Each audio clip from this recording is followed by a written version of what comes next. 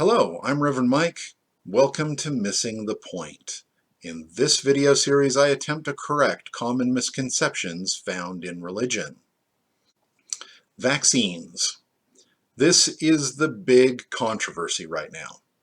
Just like the subject of stem cells, you mention vaccines, and many people stop listening. There are several issues with vaccines, and we'll briefly touch on each one. There's the idea that there are toxins like mercury in the vaccine. This was once technically true. Thimerosal is a mercury-containing compound that prevents the growth of dangerous bacteria and fungus. It is used as a preservative. In 1999, as a purely precautionary measure, the U.S. Public Health Service recommended removing thimerosal as a preservative from vaccines to reduce mercury exposure among infants as much as possible. Today, except for some flu vaccines in multi-dose vials, no recommended childhood vaccines contain thimerosal as a preservative. So that concern is gone. It's no more. If you're worried about thimerosal in a vaccine, don't give your kid a flu vaccine from a multi-dose vial. There are other ways to get that vaccine if you need it. The big concern, vaccines cause autism. I did a lot of research on this one and discovered that Hong Kong and South Korea have the highest percentage of autism cases, with the United States in third place. They have larger vaccination rates too, so at first it looks like there could be something to this idea. But if you look closer, China, Japan, Belgium, and Switzerland have vaccination rates higher than the US, and yet they have a much smaller percentage of autism cases. In fact, China has only 23 cases of autism per 10,000 children, 1/10 of what the US has. Ireland has about the same vaccination rate as the US, but their autism rate is less than 75% of what the US rate is. The vaccination rate is about 92 to 94% in the US and about 90 to 91% in Canada. Pretty close to the same rate. So explain why Canada has less than half the autism cases at 106 per 10,000 children compared to 222 per 10,000 in the US. If autism was associated with vaccines, there would be a direct correlation, and it just doesn't exist. The first signs of autism show up at about the age where vaccines are administered, and it is easier to put the blame on the vaccine than to admit that it was an environmental issue. Research seems to hint at a link to the mother being put under great stress during pregnancy as one of the underlying causes of autism. You can't always control your stress levels, so autism is no one's fault. There are additional concerns with the current COVID vaccines. They say that mRNA vaccines, like the Pfizer and Mrna vaccines, are experimental. They alter your DNA. They magnetize the vaccinated. Being near vaccinated people can transmit the vaccine or the virus, and some believe that these injections implant a chip. Number one, mRNA vaccines like the Pfizer and Mrna vaccines have been in development for 50 years. This vaccine technology has been worked on for a very long time. It was only applied to COVID when the outbreak occurred. because these vaccines are essentially designed as a blank vaccine that you can plug the DNA of a virus into, and it creates essentially an instant vaccine for that virus. The vaccine causes your cells to produce a defense for the virus without any actual virus cells being in the vaccine. So yes, they are experimental, but the technology is not as new as some people think. Not as new as the fearmongers would like you to believe. Also, the anti-vaxxers ignore the fact that the Johnson & Johnson and AstraZeneca vaccines are traditional vaccines. They're not mRNA vaccines. So if you're worried about the new technology, just get the Johnson & Johnson shot. 2. mRNA vaccines do not modify your DNA.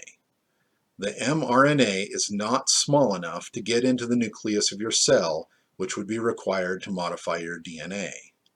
All it does is stimulate the cells to produce antibodies against a particular virus. 3. The vaccine magnetizes you at your vaccination point. There's a lot of videos online about this. They're all nonsense. You can force a coin onto any part of your body, and the oils and moisture in your skin will likely keep it there long enough to get a picture. Keep in mind, some of the videos going around show a United States quarter sticking to the supposed injection site of a person. I hate to break it to them, but US coins are non-ferrous metal. They're not magnetic. These videos are absurd. Plus, I can say from personal experience, I was vaccinated on the 28th of March, 2021. At the time of this filming, it has been over 4 months. And I can assure you that no part of my body is or has ever been magnetic. And yes, I checked, because I double check all of the information that I put into my videos. And I checked with a magnet to see if it was or was not nonsense. It is a hoax. Even if they could get magnetic particles into your vaccination, they would be so small they would not allow anything to stick to your skin. To give you a good example of this, find a magnet, stick it to something metal, then take the magnet off of that surface, put about 10 pages of paper there, and then try to stick the magnet to it. Unless you have an exceptionally strong magnet, it's not going to stick. And I can guarantee you, small particles that would be in a vaccine would not constitute a strong magnet. Number 4, implanting a chip. They don't implant a chip either. It would be visible in the vaccine. Plus, in a vial of vaccine that has several doses, how would you guarantee that everyone gets a chip? That doesn't even make sense. I know some Christians are going to panic at the idea of the vaccine having an invisible chip in it. Some people will automatically jump to the conclusion that it is the infamous mark of the beast. No. No one can trick you in taking the true mark of the beast. It is a mark of serving the Antichrist, body and soul, during the end times. No one can trick you into taking that mark. It has to be willing. 5. The vaccine is not contagious. There is no scientific method by which these vaccines can affect people who are around them. The vaccines are not voodoo or black magic that can mystically affect you with these vaccines are not voodoo or black magic that can mystically affect you with a vaccine by contact or being around them. It's absurd.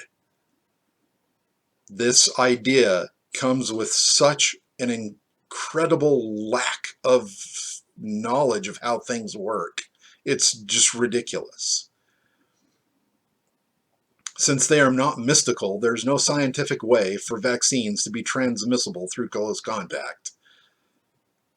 And vaccines are specifically designed to produce antibodies. They do not produce the virus. So the idea that vaccinated people would shed the virus is idiotic. Now, if they were infected with the virus, now a person, vaccinated or not, can still catch COVID. The vaccinated person will not be affected as much because they already have antibodies to fight off the virus. So technically, inoculated or not, they could transmit the virus, but it has nothing to do with the vaccine. It has everything to do with rates of contagion, which is why at the time of this recording, the CDC is still recommending wearing masks indoors because you can transmit the virus asymptomatically without having any symptoms at all for 2 weeks before you even show the first symptom. So you have actual science versus bad information. It amazes me that people can go out of their way to listen to unscientific nonsense that supports a conspiracy theory they heard and completely discount anything that contradicts the conspiracy. I personally obtained all my information, all of my research from scientific sources. Science is not opinion. It is peer-reviewed by other scientists. If there was anything wrong with the science, it would have been revealed in scientific circles. But it hasn't. The only information that contradicts the science are from unreliable media outlets. Facebook and YouTube are not the place to do research into science. Someone sent me a video of 2 doctors discussing the vaccines as absolute proof that these vaccines were unsafe. Literally 30 seconds of research found that these 2 so-called doctors are longtime anti-vaxxers. One even lost his medical license in the UK for trying to falsify a study to link vaccines with autism. Doing such a study is fine, but faking the data when your study doesn't support your ideas is inexcusable. That's why he lost his license. These 2 have vendettas against vaccines and sell books based on their lies. You have to see what someone's motives are to see why they would lie. I have no motivation to lie to you. My channel is not currently monetized. I have a day job that pays the bills. I do not get paid to preach in any way, shape, or form. But you don't even have to take my word for anything. As always, I encourage you to do your own research. Not on YouTube or Facebook, since anyone can post on those sites. Don't trust media outlets either, because they all slant their narratives. Trust the science. It is not opinion or belief. It is demonstratable, repeatable, and peer-reviewed. Our ability to treat our illnesses was given to us by our Creator. It is not against God.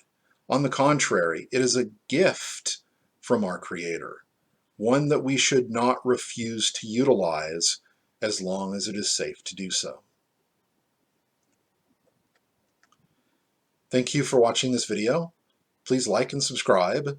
Leave a question or comment below. Who knows? Your question might even become the basis of a future video. Be good to each other. We are all in this together.